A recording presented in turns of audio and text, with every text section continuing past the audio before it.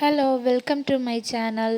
இன்னைக்கு சிறகடிக்க ஆசை serial episode ஆரம்பத்தில் மண்டபத்தில் தான் ஸ்ருதி அண்ட் ரவியோட வெட்டிங் டே செலப்ரேஷனுக்காக எல்லோரும் மண்டபத்தில் இருக்காங்க. அப்போ வரவங்களெல்லாம் ரவி வந்து வெல்கம் பண்ணிகிட்ருக்கான். அப்போ அங்கே முத்துவோட ஃப்ரெண்டு செல்வம் வராங்க. செல்வம் வந்து ரவிக்கிட்ட வந்து, ஏன் நீ சோகமாக இருக்கிறேன்னு தெரியும், முத்துவும் மீனாவும் எல்லாம் என்கிட்ட சொல்லிட்டாங்க, நீ சோகமாக இருக்காத, ஸ்ருதியை முத்துவும் மீனாவும் சேர்ந்து எப்படியாவது கூட்டிகிட்டு வந்துடுவாங்க, எனக்கு முத்து எல்லா விஷயத்தையும் சொல்லிட்டான் அப்படின்ற மாதிரி சொல்லும்போது ரவி வந்து, எனக்கு பயமாக இருக்கண்ணே, என்ன நடக்க போகுதுன்னே தெரியல அப்படின்னு சொல்லிட்டுருக்காங்க.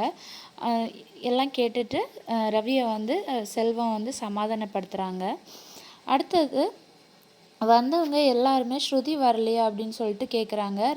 ரவி வந்து விஜயா கிட்ட, நீங்கள் டான்ஸ் ப்ரோக்ராமை ஸ்டார்ட் பண்ணுங்க, அவள் வந்துடும் அப்படின்னு சொல்லிட்டு சமாளிக்கிறாங்க. விஜயா வந்து அவங்களுடைய பரதநாட்டிய கிளாஸில் இருக்க பசங்களை எல்லாம் ஃபஸ்ட்டு ஆட சொல்கிறாங்க. அவங்கள பார்த்து எல்லாரும் கை தட்டிகிட்ருக்காங்க. அடுத்தது ரவி வந்து விஜயாவை டான்ஸ் ஆட சொல்கிறாங்க. விஜயாவும், நான் ஸ்ருதி வந்தால் தான் டான்ஸ் ஆடுவேன் அப்படின்ற மாதிரி சொல்கிறாங்க. அவள் வர்றதுக்கு லேட் ஆகும், நீங்கள் டான்ஸ் ஆடுங்கம்மா அப்படின்னு சொல்லிட்டு விஜயா கிட்ட சொல்லி ரவி டான்ஸ் ஆட வைக்கிறாங்க. மின்சார கண்ணா பாட்டுக்கு விஜயாவும் டான்ஸ் ஆடிட்டுருக்காங்க. அதை பார்த்து ஸ்ருதியோட அப்பா, இந்த பொம்பளைக்கு இந்த வயசில் இதெல்லாம் தேவையா அப்படின்னு சொல்லிட்டு திட்டிகிட்ருக்காங்க. அப்போது பக்கத்தில் இருந்து அண்ணாமலை கிட்ட, உங்கள் ஒய்ஃப் கிட்ட இருக்கிற திறமையை வச்சு சம்பாதிச்சு பெரிய ஆளாக இருக்கலாம் அப்படின்ற மாதிரி சொல்கிறாங்க. அதுக்கு அண்ணாமலை, அவளுக்கு இருக்கிற திறமையை வச்சு காசு சம்பாதிக்கணும் அப்படின்னு எனக்கு அவசியம் கிடையாது, நான் நேர்மையாக சம்பாதிச்ச காசில் தான் என் குடும்பத்தை பார்த்துக்கிட்டேன் அப்படின்ற மாதிரி அவருக்கு பதிலடி கொடுக்குறாங்க. அடுத்ததாக எடுத்துக்கிட்டால் முத்துவும் மீனாவும் ஸ்ருதியோட டப்பிங் பேசுகிற ஸ்டூடியோலெல்லாம் போய் விசாரிக்கிறாங்க. அவங்க லீவு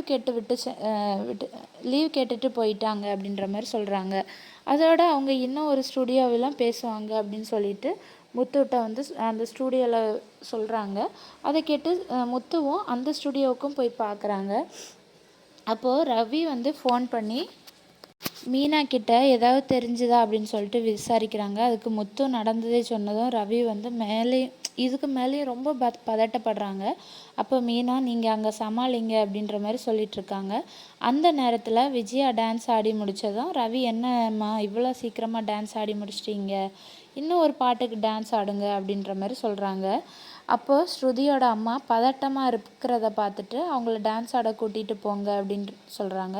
ஸ்ருதி அம்மாவையும் வற்புறுத்தி விஜயா வந்து டான்ஸ் ஆட கூட்டிகிட்டு போகிறாங்க. விஜயா, பார்வதி, அப்புறம் ஸ்ருதி அம்மா 3 பேரும் சேர்ந்து டான்ஸ் ஆடிட்டுருக்காங்க. அப்போ அண்ணாமலை வந்து ஸ்ருதி அப்பா கிட்ட, உங்கள் மனைவி நல்லா டான்ஸ் ஆடுறாங்க, அவங்க திறமையை வச்சு நீங்கள் சம்பாதிச்சிருக்கலாம் அப்படின்ற மாதிரி பதிலடி கொடுக்குறாரு. இதனால் அவருக்கு இன்னும் கோபமாகுது.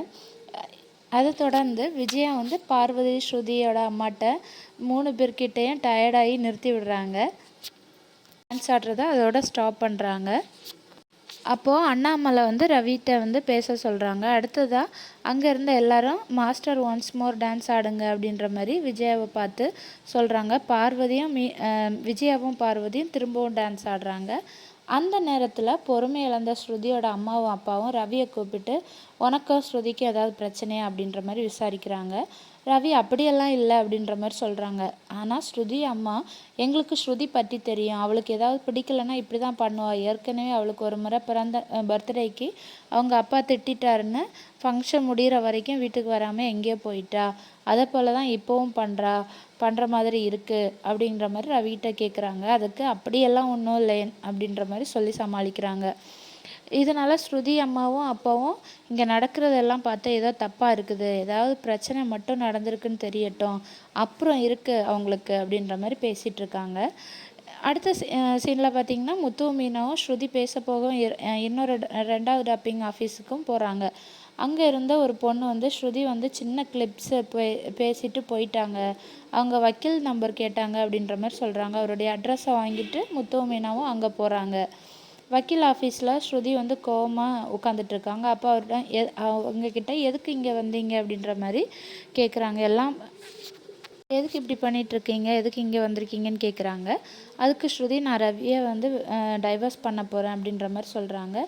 இதோட இந்த ஷாக்கிங்கோட இன்றைக்கான எபிசோடை முடிக்கிறாங்க. நாளைக்கு என்ன நடக்குதுன்னு நாளைக்கான எபிசோடில் பார்க்கலாம். தொடர்ந்து சீரியலோட ஸ்டோரிஸ் கேட்க என்னோடய சேனலை மறக்காமல் சப்ஸ்கிரைப் பண்ணுங்கள். தேங்க்யூ.